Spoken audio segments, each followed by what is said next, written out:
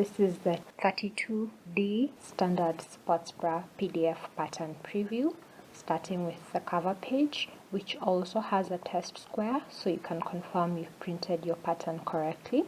Let's move on to page 1, which has the center front cup patterns. We have two options here, one that will be cut for the zip and one fold option.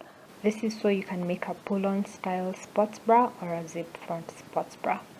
On page 2 we have the decorative center front pieces, which are optional, one shoulder strap, another shoulder strap, as well as part of the adjustable Velcro strap option. Onto page 3 we have the right outer cup pattern, which also has a frame. And then on page 4 we have the zipper tab, and then the rest of the adjustable Velcro back shoulder strap, since it fits on 2 pages. On page 5 we have the regular U-back band.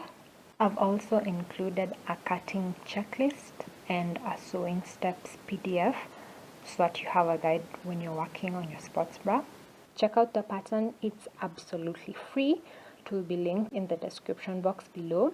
I'll also link the collection page in case 32D isn't your size. You can find your size in there so you can sew yourself a sports bra before this summer.